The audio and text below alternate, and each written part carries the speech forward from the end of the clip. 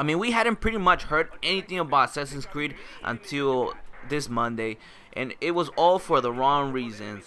And it all started with senior producer Paul Bryan, where he gave out this comment about the PS4 and the Xbox One being locked at 90p at 30 frames per second because they didn't want to, any debates and stuff. And when I first heard that comment, I was like, what the fuck, is he serious? But anyways, you guys, you pretty much have heard everything about the PS4 no parity, hashtag and all this stuff that is going on. And there's also, counter debates whether, it's the PS4 holding back the Xbox One because of the AI system, how it uses more of the GPU instead of the CPU, and the GPU of the Xbox One is stronger.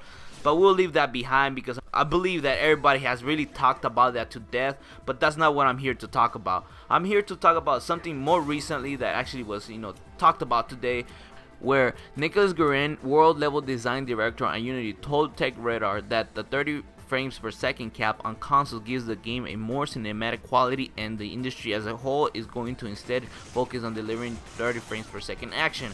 And he further added by saying, at Ubisoft, for a long time, we wanted to push 60 frames per second. I don't think it was a good idea because you don't gain that much from 60 frames per second, and it doesn't look like the real thing. It's a bit like the Hobbit movie. It looked really weird. Now, for myself, I saw that movie. It looked actually really great. I don't know what the hell he's talking about. And he further continues, and in other games it's the same, like the Ratchet & Clank series where it was dropped. So I think collectively in the video game industry, we're adopting the standard because it's hard to achieve. It's twice as hard as 30 frames per second, and it's not really that great in terms of a rendering quality of the picture and the image. Now, this just all sounds like just a bunch of excuses why they couldn't reach 60 frames per second, and they're justifying it that it's not necessary, that it's not much of a difference. I as a consumer, we're not idiots. We know that 60 frames per second is better than 30. So why are you telling me that it doesn't make much of a difference? But that's not all, you guys. Alex Mancillo, the game's creative director, further added by saying this, end quote, 30 was our goal. It feels more cinematic. 60 is really good for shooter, action, adventure, not so much. It actually feels better for people when it's at 30 frames per second. It also let us push the limits of everything at the maximum. It's like when people start asking about resolution, is the number of quality of the pixels that you want? If the game looks gorgeous, who cares about the number? Well, fuck, as a consumer, I care. I want to pay for the best. We're already in a new generation where it's already expected a 1080p to be a standard. We're not gonna take anything less. And when these guys are trying to excuse the reason why they couldn't hit the 60 and they're justifying the 30 frames per second, it really looks bad on them. And I just feel like they should just shut their mouths.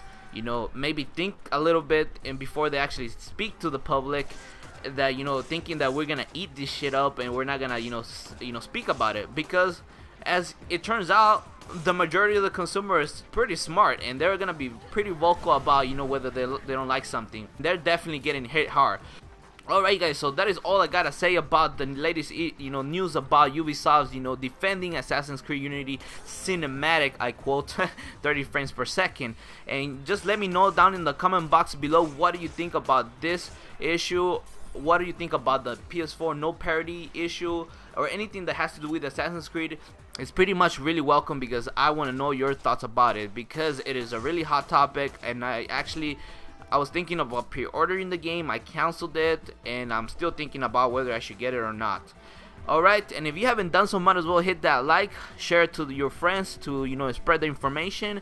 And if you haven't done so, to keep up with future content like this, might as well hit that subscribe. Remember that this was Fury. I'll be seeing you guys later.